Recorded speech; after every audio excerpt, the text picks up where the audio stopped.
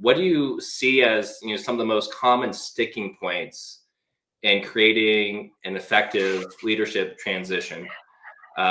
Is it, just the fact that, as you mentioned, like not wanting to delegate, as much, or what are the common things that you see?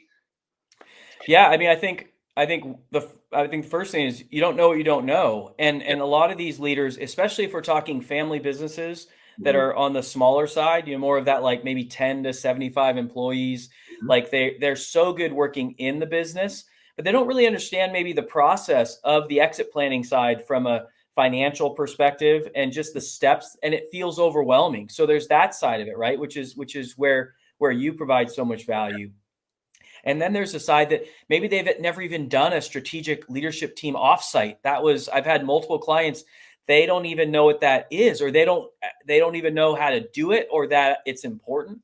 Even just having monthly strategy meetings can be a stretch. So I find the number one thing is being able to have a model. Number two, one and two, having a model like Working Genius that Yeah. can help facilitate them being able to feel comfortable doing something like an offsite, starting to do strategy meetings, and then getting them comfortable with having a cadence of meetings throughout the year that Yeah. forces and encourages them to work on the business, to be thinking about those 1 5 year plan. How are they moving into other markets? How are they developing their team? Like all those things that when you're in the business and being reactive because you're so busy and there's so many fires that you feel like you don't have time to work on Yeah. the business, and they have to change that mindset. They have to have the NASCAR analogy, like you have to slow down on the turns to go fast, and you have to take the pit stops at the right times. Yep. Otherwise, you're going to run out of gas. So unless they see that it's not that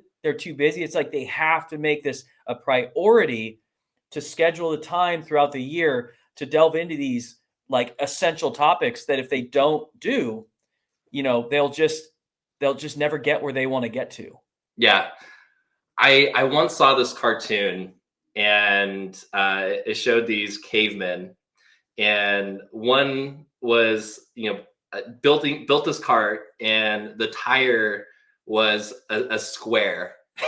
And someone was like, trying I've to, seen that. come to him and like show him this tire that was this round rock, right? And his response was, no, I'm too busy pulling.